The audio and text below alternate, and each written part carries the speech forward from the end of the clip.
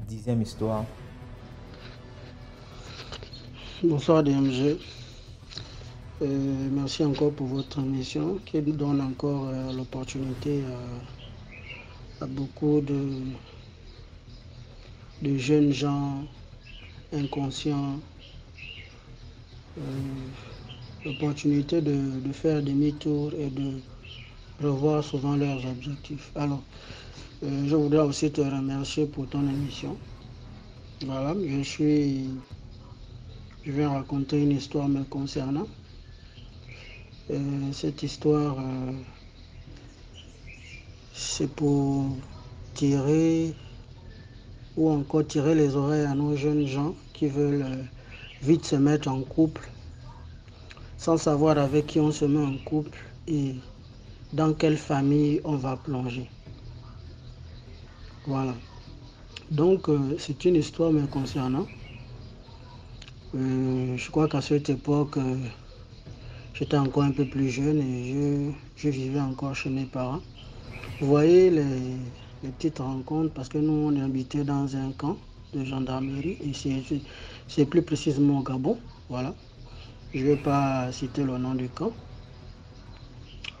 Et c'est comme ça, comme dans le camp, il y a des engouements pendant les vacances. Il y en a de nouveaux gendarmes qui arrivent avec leur famille et tout ça. Bon, pour ceux qui ont vécu dans des camps de gendarmerie, ils savent de quoi, ou encore dans des camps militaires, ils savent de quoi je parle. Donc, c'est comme ça que je croise dans l'embrouillamini de camp ou encore pendant les vacances, je croise une jeune fille dont les parents étaient arrivés tout récemment dans le camp. Et je flash pour elle et je fais tout pour attirer son attention. Et c'est comme ça, comme avec le temps, on finit par se mettre ensemble. Mais je vous signale que j'étais un élève assez brillant. Voilà, j'avais de très bonnes moyennes et tout ça. Et pendant que je commence la relation avec la fille, d'où encore je peux souligner qu'il faut faire très attention avec les rapports sexuels parce que les rapports sexuels sont un acte très dangereux. Les rapports sexuels avec n'importe qui, voilà pourquoi c'est très très dangereux. Les parents doivent tirer les oreilles à leurs enfants parce que à chaque fois que nous avons des rapports sexuels avec une femme, nous devenons une seule personne. Ça veut dire quoi? Ça veut dire tout simplement que si cette personne est remplie de malédictions, vous partagez les malédictions qu'elle a. Si elle a des bénédictions sur elle, vous partagez aussi ces bénédictions. Ça veut dire que ça dit que vous devenez une seule personne, une seule matrix. Ça veut dire que tous les inconvénients que l'un ou l'autre a, vous partagez. Si elle a été bénie, donc tu partages ses bénédictions. Si c'est quelqu'un de très très négatif, si c'est même une sorcière, vous allez devenir un sorcier ou une sorcière inconsciente parce que vous vous accouplez avec elle. Donc, c'était la petite parenthèse. Comme ça, comme j'ai commencé à connaître cette fille, et quelques temps après, elle tombe enceinte. Et par après, je commence à m'attacher parce que c'était d'abord comme une affaire de jeu. Je me suis attaché à la fille. Et un jour, elle arrive à la maison et ma mère me pose une question. Elle me pose la question: mon fils, tu es sûr que c'est cette femme ou c'est cette fille que tu veux vivre avec? J'ai dit oui, maman. Elle m'a reposé cette question à 3 reprises, ne sachant pas pourquoi ma mère me posa cette question. Et je peux vous dire que j'ai eu la réponse, je crois peut-être 25 ans plus tard. J'ai compris 25 ans plus tard pourquoi ma mère m'avait posé cette question. Et tenez-vous bien, moi qui étais un élève assez brillant, mes moyens ont commencé à chuter. Je devenais négligent. J'avais comme une espèce de paresse maintenant, jusqu'à ce que j'ai abandonné les études. Et elle était bien sûr enceinte. Quelque temps plus tard, j'apprends que l'enfant dont j'étais supposé être le père n'est pas le mien. Malgré cela, j'étais toujours attiré par cette fille, mais je ne comprenais pas pourquoi. C'était tellement difficile à comprendre, mais c'était tellement fort. L'enfant est né, il a grandi. Ensuite, malgré que les parents se sont imposés, j'ai continué, du moins nous avons continué, d'une manière ou d'une autre, la relation. J'ai même fugué, je suis allé chez la fille, on a vécu pendant un temps là-bas, mais c'était compliqué parce qu'il y a des choses que je ne vivais pas chez moi que j'ai commencé à voir là-bas. Des apparitions bizarres, des esprits, des histoires à dormir debout, comme quoi il y a des fantômes, c'est là. Une fois, je suis là, on dort dans la maison avec elle, dans la chambre, elle se lève en sursaut. Non, je crois qu'on était même en pleine... je veux passer l'expression, on était en pleine action. Elle me pousse, elle me dit, il y a quelqu'un debout qui nous observe. Et là, je suis chez les parents de la fille. Elle sort de la maison, elle court, elle va dans une pièce. Et ce couple, cette maison, c'est une maison familiale et son papa ou encore son beau-père avait 3 femmes, donc elles étaient 3 dans la maison. Donc c'était une guéguerre. Donc vous voyez, là où je suis entré, dans quelle famille je suis entré. Alors, un jour, notre fils... elle tombe enceinte encore pour la 2e fois. Je crois que c'est ce qui a dû encore, ça a dû causer des problèmes. On s'est séparés même pendant un bon bout de temps. Et pour ne pas tirer l'histoire de long en large, le fils qu'on a eu en 2e position tombe malade. Donc j'avais eu deux enfants avec elle. Disons, celui dont j'ai hérité, il a porté mon nom et tout ça, je l'ai élevé et tout ça, j'ai reconnu, tout ça. Donc j'ai abandonné les cours, je suis allé travailler, donc je me suis occupé de ce premier enfant-là. Et par la suite, comme je disais, on a eu le 2e.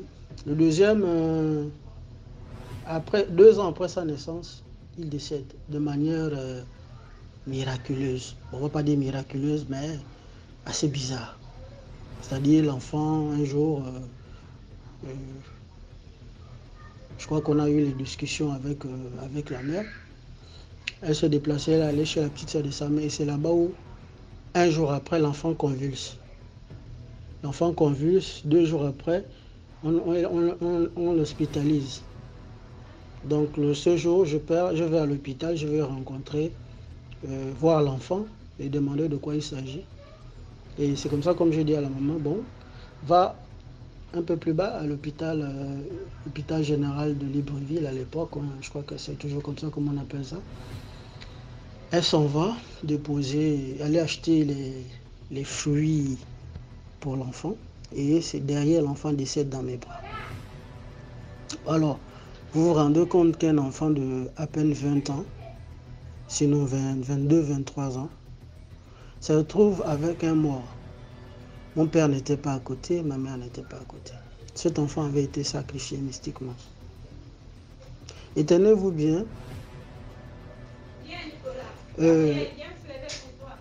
je crois, on va dire 15 ans plus tard, non 20 ans plus tard, 25 ans je crois, quelque chose comme ça. Si je me trompe, je n'ai plus trop les dates exactes. Le premier enfant qu'on avait commençait à tomber malade. Et entre-temps, je crois bien, j'avais coupé les ponts avec la mère. Et on se voyait tout simplement parce qu'il fallait traiter les problèmes de l'enfant qui était vivant. Et quelques temps plus tard, c'est la maman qui tombe malade. Donc la fille avec qui j'étais, qui tombe malade. Elle tombe malade et elle finit par décéder. Bizarrement, elle décède. On dit qu'on l'a trouvée avec le VIH et tout ces machins. Mais vérification faite, on nous fait savoir que selon les recherches, parce que nous sommes en Afrique, c'est la maman. Cette même maman qui a pris notre deuxième fils, il est décédé à l'âge de 2 ans. C'est la même maman qui prend la mère, donc la fille avec qui j'ai fait ces 2 enfants-là, elle décède. Alors elle décède, moi je n'ai pas pu aller là-bas, je ne suis pas parti. Parce que avec le temps, je finissais par comprendre ce qui se passait, ce qui m'arrivait, parce que à cette époque, j'étais encore un peu plus jeune et je n'arrivais pas à comprendre qu'est-ce qui se passait. Et avec du recul, avec l'âge, j'ai fini par comprendre les événements qui se passaient autour de la relation entre cette fille-là et moi. Et par après, je crois 6 mois après la mort de 6 mois après la mort de la mère, c'est le dernier enfant qui décède. Là aussi, dans des conditions assez bizarres. Mais je crois 1 mois avant le décès de l'enfant, comme je suis croyant, j'ai pris. Et c'est comme ça, comme le Seigneur me montre un songe où j'atterris chez eux. Voilà, je viens, je me suis retrouvé dans leur concession. Et la première personne qui me reçoit, c'est la maman. Donc la grand-mère de mon défunt fils, de mes défunts fils, qui me reçoit, mais qui me dit qu'elle veut qu'on parle au sujet de la mort de sa fille. Je lui ai dit, ça c'était dans le songe, hein. Je lui ai dit non, je ne suis pas venu ici pour parler du décès de ta fille, parce que ce qui s'est passé par rapport au décès de ta fille, tu sais de quoi il s'agit. Je n'ai pas envie de beaucoup parler. Et c'est comme ça, comme le Seigneur me montre mon fils qui apparaît, il est bousculé. Bon, on ne va pas dire bousculé, c'est comme quelqu'un, vous voyez, quelqu'un qui sort d'une bagarre, qui a été agressé, donc il est amoché et tout ça là. Donc le Seigneur me montre cette vision-là, il me montre l'enfant. Et quelque temps, le Seigneur me montre comment ma belle-mère, donc la grand-mère de mon fils disparaît. Elle se trouve derrière leur concession. Et derrière leur concession, ils ont un temple. Et le Seigneur me montre comment elle fait des incantations. Dès qu'elle a fini de faire les incantations, l'enfant est tombé, mort sur le champ. Ce que je te rencontre, ce que je raconte là, c'est dans le songe. Et je vous assure que 2 semaines ou 3 semaines, je crois, plus tard, les choses se passent textuellement comme le Seigneur m'a montré en songe. Sauf que je n'étais pas. Donc, l'enfant est sorti. Un de ses amis est arrivé. Il lui a fait sortir, bon alors on va se balader. Arrivé là-bas, il y a eu une agression. Et il est décédé. Mais en réalité, c'était une agression arrangée, comme les mystiques peuvent expliquer. C'est-à-dire, ils avaient déjà pris l'enfant mystiquement. Et que, après avoir pris l'enfant mystiquement, il fallait pas qu'il meure de manière mystique. Il fallait qu'il mette quelque chose devant pour essayer de brouiller les pistes. Ça devait être suspect que l'enfant, la mère, déjà son petit frère meurt de manière mystérieuse. Ensuite sa mère, une courte maladie. Et lui aussi qui va mourir d'une courte maladie, ça va être un peu trop suspect. Donc il fallait maquiller. Mais manque de discernement, je n'ai pas pu intercéder à cela. L'enfant est décédé 6 mois après la mort de sa maman. En fait, cette histoire, je la raconte pourquoi? Parce que depuis je crois, 2 jours. Non, 2 jours, hein. Oui, je crois que je vous suis. J'écoute un peu des histoires et puis je me suis souvenu de cette histoire-là. Je raconte cette histoire pourquoi? C'est pour attirer l'attention à nos jeunes frères qui se lancent très vite dans leur jeune âge dans des relations dont ils ne connaissent les tenants et les aboutissants. Ils ne savent pas dans quelle famille ils rentrent. Et là, je ne m'adresse pas seulement aux jeunes, il y a aussi aux jeunes, aux messieurs. Ça a des conséquences. Vous voyez, quelqu'un comme moi, j'ai quasiment tout perdu. Je vous raconte, là, je suis dans la quarantaine déjà. J'ai tout perdu, j'ai plus d'enfants. C'est-à-dire, dès lors que j'ai croisé cette fille, tout pour moi a commencé à tomber en lambeaux. Et là, c'est parce que je ne peux pas tout expliquer. Parce que je suis dans le bâtiment, je fais de l'entrepreneuriat en bâtiment. Et pendant que j'étais avec cette fille, c'était compliqué à vivre parce que tu avais l'impression qu'il y avait un voile. Pour avoir les marchés, c'était compliqué. Si j'ai un marché pour qu'on me paye, c'était compliqué.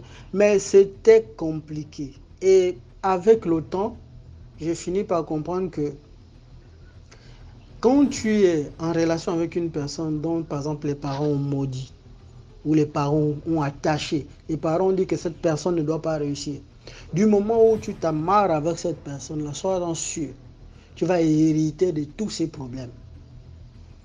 Non seulement tu vas hériter des malédictions de sa famille, s'ils en ont bien sûr, ou encore les malédictions sa lignée généalogique. Parce que c'est ça les rapports sexuels, c'est ça les relations qu'on suit rapide, on ne sait pas où on va. Si vous avez votre femme avec qui vous avez souffert depuis longtemps, vous savez que vous n'avez aucun problème, restez avec elle parce que vous ne savez pas, c'est vrai que ce que je dis aussi c'est discutable, vous ne savez pas avec chez qui vous allez tomber, dans quelle famille. Alors moi je suis tombé dans une famille de sorciers. D'accord, je suis tombé dans une famille de sorciers parce que c'est inexplicable de savoir, de comprendre cela. On ne peut pas expliquer ça. Comment ça se fait-il que tu fasses 2 enfants et tu perds tout, non seulement tes enfants, tu perds tout. Au finish, quand j'ai essayé de faire comment je vais expliquer ça? Quand j'ai essayé de faire le point, je suis le seul à 100% perdant de cette relation.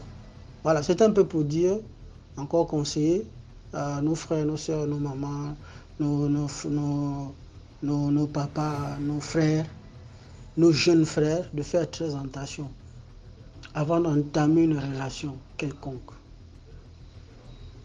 Parce que même dans les rapports sexuels, on peut hériter des malédictions de nos conjoints et nos conjointes. Donc c'est un peu ça ma participation. Voilà, il faut liker l'émission. C'est une émission importante et je loue encore l'initiative parce que c'est un peu rare d'avoir de telles émissions captivantes et en même temps instructives parce que aujourd'hui les jeunes sont tellement attirés par l'argent, obnubilés par l'argent qu'ils sont prêts à tout faire. Encore là, c'est vrai que mon histoire n'a pas, qu'on appelle ça une connotation avec l'argent, mais aussi ça a son petite histoire, ça a son petit conseil. Voilà, c'était ma participation. Voilà, bonne soirée à tous et bonne continuation. Je reste toujours à l'écoute de votre émission. DMG, bonne soirée. Merci pour l'histoire.